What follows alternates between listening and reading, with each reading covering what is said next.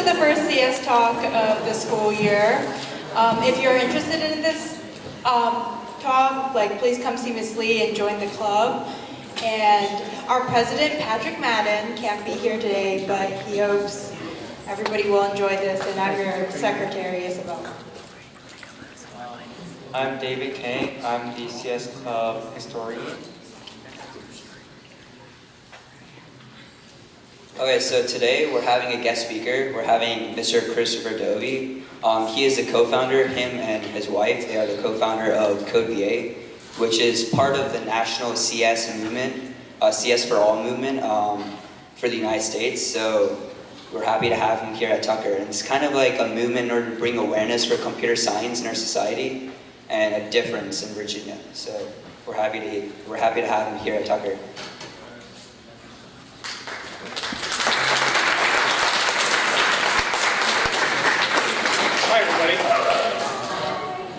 I'm Chris Dovi. I'm the executive director of CodeVA.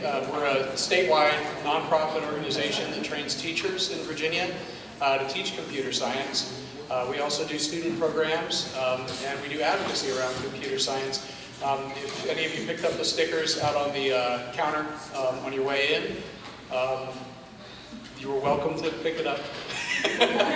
Look like somebody's blaming you. Oh, you got one. So those are part of the state's effort to promote computer science education, and that was a piece of what CodeVA has done, is work with the state to have them allow us to use the Virginia's for Lovers logo as a part of promotion of computer science education in Virginia.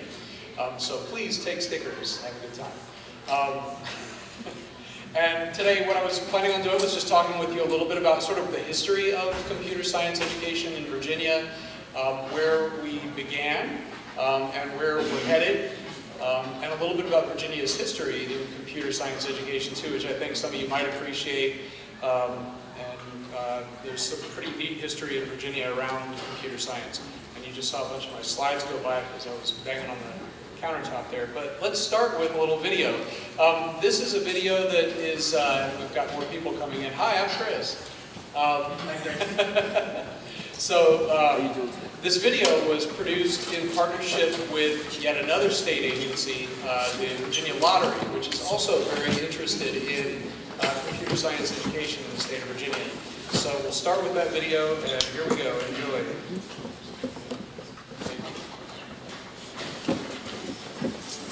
Welcome to Virginia, the digital dominion.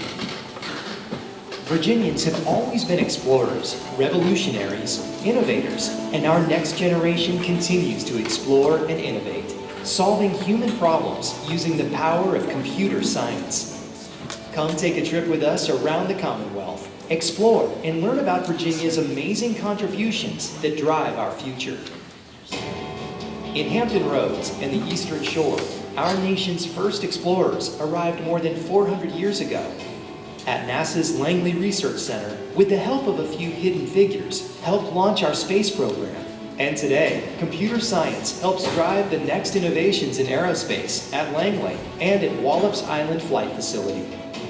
The internet began for most Americans with Northern Virginia-based AOL. Today, the region is home to Google, Amazon Cloud Services, Oracle, Micron, and many other high-tech companies that make it the bullseye of the internet. How does the driverless car cross the road? At Virginia Tech, cyber explorers are navigating smart roads to help answer that question. Virginia is for unmanned systems. In Southwest Virginia, coal and agriculture are an integral part of the region. Computer science now drives our combines. Computer science meets climate science and biology, sowing the seeds of the future of farming. Our dynamic digital dominion truly is the crossroads of computer science. And in 2016, Virginia's lawmakers came to Richmond and together recognized that our state, with its highest density of computer science jobs in the country, is the nation's backbone for future innovation. Virginia became the first state to mandate computer science as a core subject for all children, kindergarten to graduation. In our digital dominion, visitors come to see the achievements of yesterday and today. Tomorrow's explorers, discoverers, innovators, and creators will have the tools and know-how to lead Virginia into our next 400 years. Computer science across this great Commonwealth is computer science for all.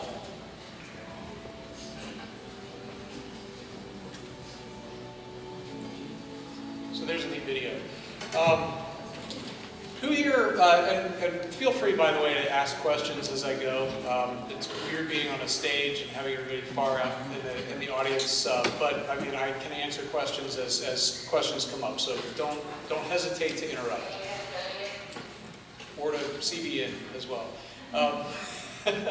So who here knows what computer science is? Anybody? Want to give you just a rough definition of computer science? Anybody? Raise a hand. Come on, somebody. Give it a shot. What? I almost heard somebody? No? Okay. All right. So this is not going to be participatory. Fine. All right. So what is computer science? Computer science is solving human problems using computing. And computer science is not always computers, and it's not always science. And it's something that probably is a part of everybody here's day, every day. You saw sort of that map of the Commonwealth and really kind of a tour of all the things that are computer science in our state. And many of them are things that we don't really think of as relating to computer science. Farming, for instance, or mining is another one. This was really cool. I got to take a trip to Buchanan County, Virginia, and went down a mine 2,000 feet down in the ground. And everything down there was run by computers. All of the miners had degrees in engineering or computer science or geology, but they all had advanced degrees, which is not what you think of as mining. You think of a coal miner with a pick. And in fact, it's all very high tech now. So many of our jobs that we've always thought of as sort of, that's a worker job. It's not anymore. It's computer science and driven by it. To give you a sort of an idea of where the Commonwealth is, or Virginia is, in terms of computer science and what we do nationally, there are currently, and this doesn't sound like a lot to some of you maybe, but it is a lot, trust me. We have 40,000 open and unfilled jobs in computer science right now. Everybody is familiar with or aware of cybersecurity? Cybersecurity? Our former governor, Terry McAuliffe, used to like to talk about cybersecurity.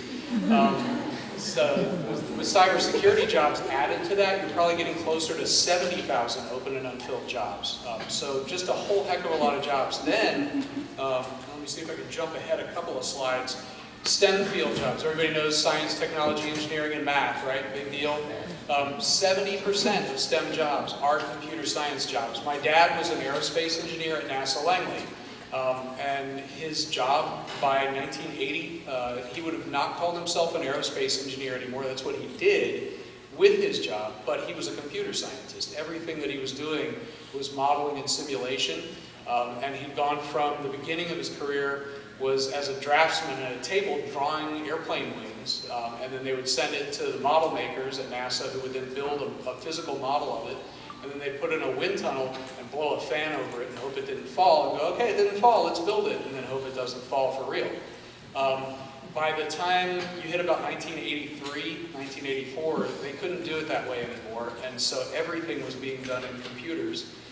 And his drafting skills, which had been on a physical desk where he's drawing, moved to him drawing this online and adding all of the layers and textures of our environment. Again, a wind tunnel is what? It's literally a tube with a fan blowing over something, right? And with taking an airplane from sea level and taking it nearly to space and to supersonic speeds, you really can't test that with a fan, right? So that's why computer science becomes really important. My brother-in-law is a mycologist. Anybody know what a mycologist is? Everybody's going to raise their hand when I say mycologist. Nobody. I am shocked. You know, the kids over at what do you call it, down the street here at Freeman, they know what it is. So a mycologist is somebody who studies mushrooms. And so he's a climate scientist, what he actually is. He's not a cook. And his job is entirely computer science. He's about a month of the year, he goes to Brazil, he collects mushroom samples and data about the environment around him. And then the rest of the year he is in a lab in beautiful Ann Arbor, Michigan, where he is a computer scientist running modeling and simulation on the environmental data that he's brought back. And that's how we know that our sea levels are rising and our plants are dying, and maybe we should do something about it, right? So computer science is extremely important to the sciences as well. You can see here at 4 times the national average, growing as a job career field area, computer science. If you look at other states in the country, they typically are growing at about 2 times national average jobs for all jobs. So the Commonwealth is growing very swiftly in terms of its dependency on computer science. And wait, look at this. We are literally #1 in the country for per capita jobs in computer science fields. And then we're #4 in the country for total number of computer science jobs. And if you look, can everybody see it's very light, it's blue on blue. It's a really good idea for graphics. So Virginia is #1, Washington DC is #2, and Maryland is #4. If you add our numbers, the DMV, we're pretty close to Texas, if not above Texas, for total number of jobs. So this is really, really, really, really important to our Commonwealth. Anybody here want to have a job when they graduate from college or from here? Probably want to take a computer science class or 5, or major in computer science. Or if you're majoring in some other area or field, you probably are going to want to make sure you're taking some CS courses. And this is why. So again, going back to our STEM field jobs, there was a big push over the last decade to increase the number of students who were graduating having taken some area of STEM. So be it engineering or environmental science or life sciences, physical sciences, or social sciences, right? But what we didn't do is we didn't specify, A, what degree fields were important, where we had holes in our economy that we needed to fill, and then number 2, making sure that computer science was a part of what they were doing. So you can see social sciences. This is people with their degrees in psychiatry and psychology and sociology. The orange is how many people have that degree. The blue is how many jobs there are for those people to fight over. And then you look at your life sciences. The orange, again, is the number of people who have that degree, and the blue is the number of jobs. So my brother-in-law, the mycologist, is really lucky to have his job, and it's because he has his PhD. If he just had his undergraduate, he would be a barista at Starbucks who could tell you exactly how that coffee came to be, right? Which is not where he wants to be. He wants to be doing research. And computer science is the key to get there. Our CS workforce, again, to give you some impressive numbers if anybody cares about sort of the stats of this thing. Total income that is generated in Virginia by people who have jobs in computer science fields is almost $19 billion. The state's revenue tax income off of that is almost $1 billion. And if you add to that sales and property tax, then it probably is well over that. And this has a cumulative impact on our economy of more than $40 billion a year. It's huge in the Virginia economy. Digital middle skills jobs. Anybody know what middle skills are? It's what I'm doing right now. I am unskilled labor. So somebody who is an artist, or somebody who is in retail or marketing, those jobs as well. Oh, somebody's pointing at himself. Marketer? All right, good. All right. So those folks, computer science skills, again, are what is, and I'll show you what it looks like. It's an 18% premium over what you would be making without digital skills if you have those digital skills in a middle skills job. My sister-in-law is a pretty interesting story. So she is an artist. Who wants to go to VCU? Everybody here is going to VCU, right? No, thank goodness. All right. I went to VCU. I graduated from the journalism department at VCU. She graduated from the art school at VCU. Has her degree in fine arts. And guess who she's worked for because of her computer science skills that she had, that she learned at home, not at school, but at home. She's worked for 23andMe, she's worked for Yahoo, she was the only female on the fantasy football development team, and then she's also worked for LucasArts. She didn't work on Star Wars, but she's worked on a lot of LucasArts projects. that were related to Star Wars. And all of that was with an art degree and an awareness and ability with computing to be able to do those jobs that again, are frankly way cooler. So to talk a little bit too about sort of where Virginia has come from in computer science is kind of interesting. Did anybody here see Hidden Figures? All right, so there we go. Now we've got hands raised. Hidden Figures, if you've not seen it, go home and watch it this weekend. It's a really, really great movie. And more importantly, it's actually Virginia history. It was filmed about, it wasn't unfortunately filmed at, and in fact, Virginia's pretty ticked off about this. It was not filmed in Virginia, but it's about NASA Langley, where my dad worked. And that's down in Hampton. So it's about the women who were, at one point in our history, prior to computers, the way that we know computers today, a lot of the computations of my dad, the engineer, actually, who did see the movie? Okay. Who was the lady who worked with the guy from Big Bang Theory? What was her name? Do you remember? Black lady. Yeah. It's a black woman who, what was her name? So Elizabeth, and I'm trying to remember her last name.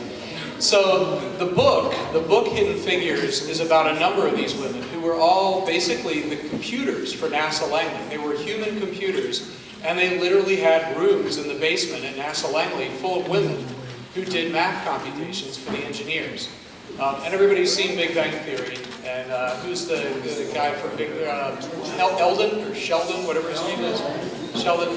So, like super nerd, right? My dad is super nerd.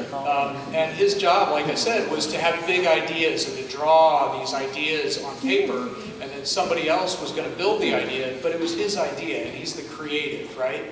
And supposedly, he's like the pinnacle of everything at NASA Langley. Well, in fact, the only reason that we made it to space, the very first time that the United States made it to space with a human being and back again, was because of these women in the basement. And this one woman in particular was an absolute mathematical genius and came up with all of the calculations and did them by hand for how we were going to get somebody to space and have them orbit and then come out of orbit and land safely. It couldn't be done prior to her getting there and then bring her up out of the basement and say, okay, can you fix this for us? So those of you who saw the movie, what you were actually seeing was the way that an engineer worked with somebody else to get their idea from paper to space, right?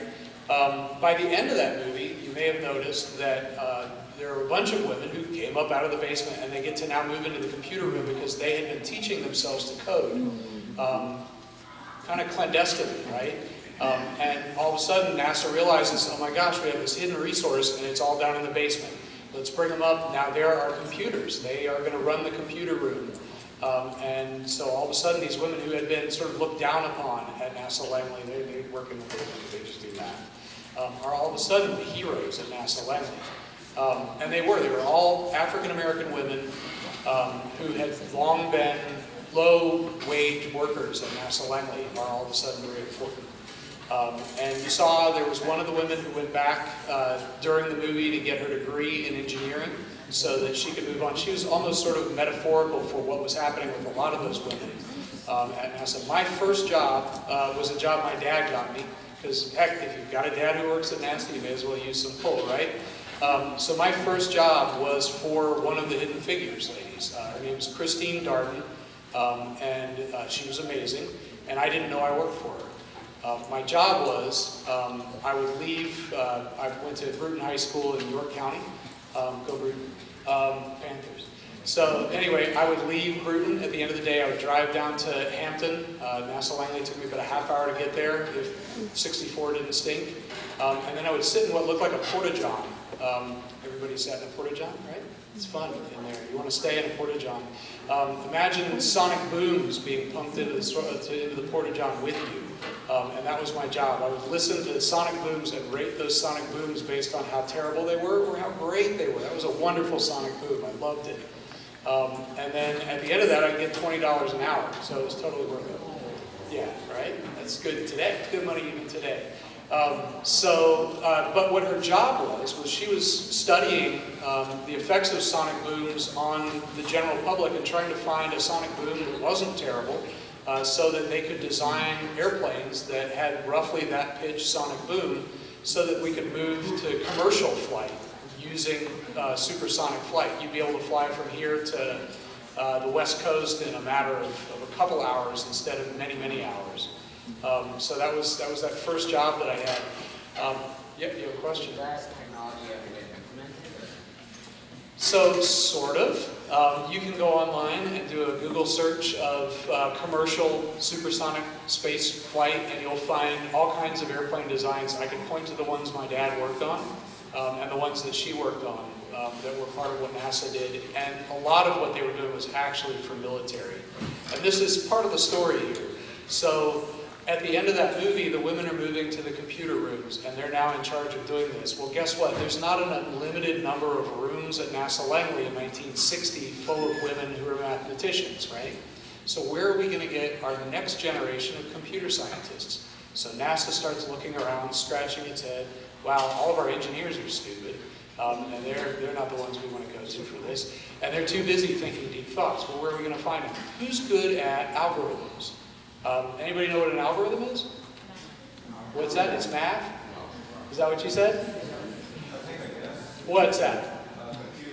That is something that computers use. So it's a recipe is really what it is. It's a design recipe. Anybody ever cook cookies, bake cookies? Oh, I did. Bake cookies? Yeah, you used a recipe, right? That's an algorithm. It's a set of instructions.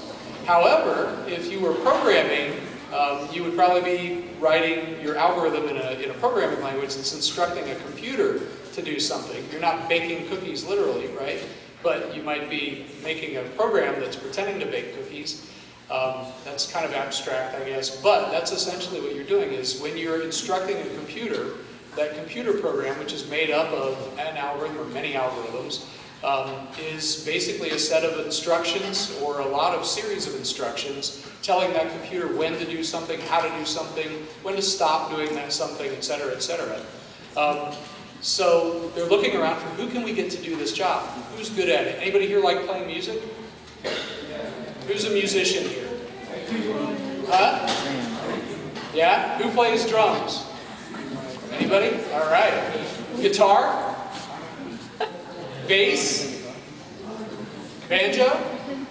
No? Okay. So my dad's hidden figure was a guy named Greg Wren. He was 6'6", and he played banjo, and they recruited him out of a music school, VCU School of Music specifically, to come to what at the time was Christopher Newport College, now Christopher Newport University, and he was taught to be a programmer at Christopher Newport College at basically what was a skunk works there that NASA had created to create the next generation of computer programmers. So if there were a second book to Hidden Figures, it would have a really good soundtrack because all of the next generation of computer scientists that worked for NASA and for all of the various government agencies were musicians, recruited out of Juilliard, VCU School of Music, etc., etc.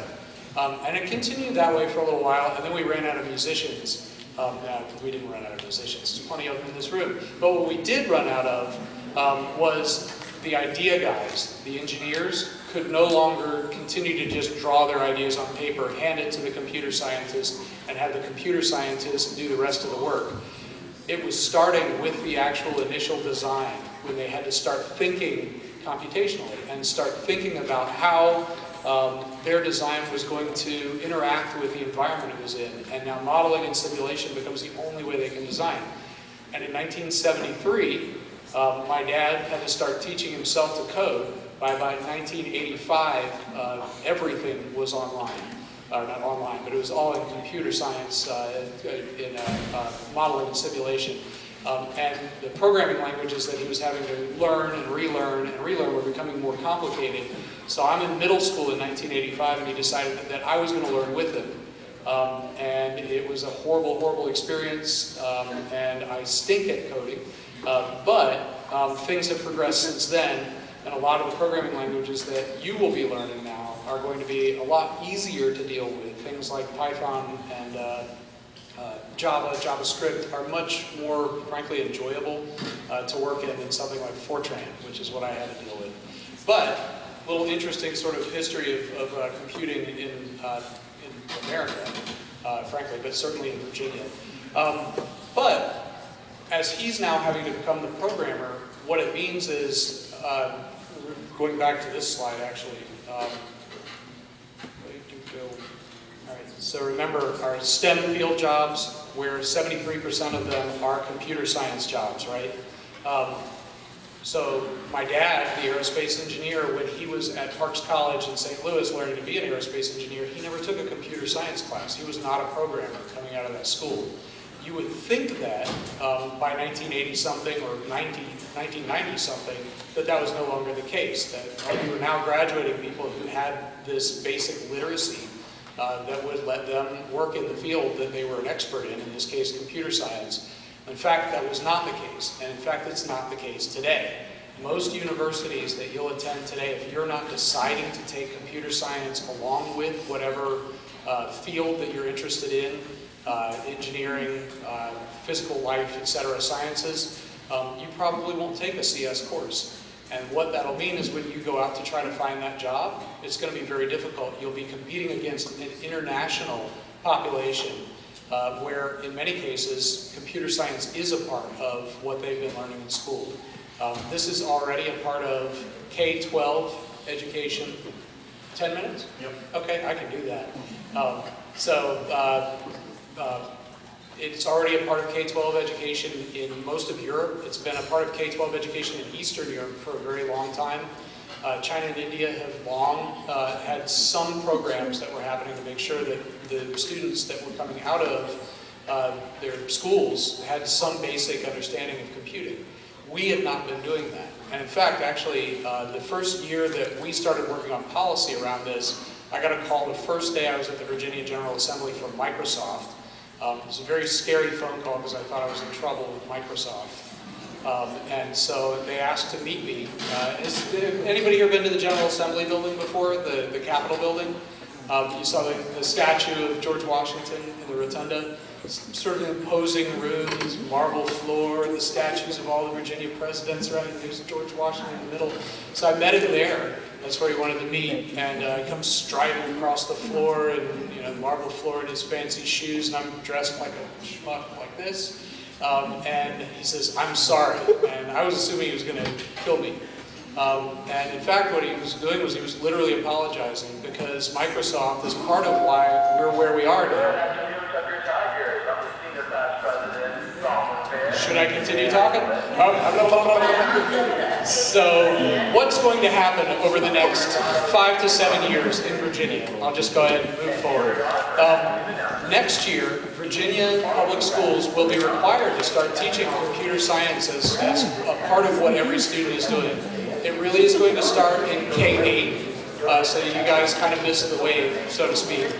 So it will start in K-8 where it's mandatory as an integration. So every kid will start to learn computer science, whether it be literally coding or computational thinking skills as a part of their day. High school courses will also start to come online maybe as soon as next year, maybe here at Tucker if you guys are lucky. And those courses are also mandatory standards, so that we know the quality of those is going to be something that's useful for you going to school. And all of that is happening very quickly in the state. We were the first state, as the video said, to adopt this as a core curriculum. And it's going to be pretty much everything to the future jobs in the state. So I hope that all of you will pursue something throughout your educational career that will prepare you for these jobs. And I don't know what else I can say or add with people talking over me. It's getting hard to think. Thank you very much. Does anybody have any questions? Do you get paid right now? For being, do I get paid? For a presentation like this? No, and I work for a nonprofit, so not really. No, this is a very important initiative that the state's undertaking. And so really a lot of the work that's going into it is a lot of volunteers. There's a lot of teachers that are putting in many hours volunteering to help other teachers to learn how to teach this. Any other questions? All right.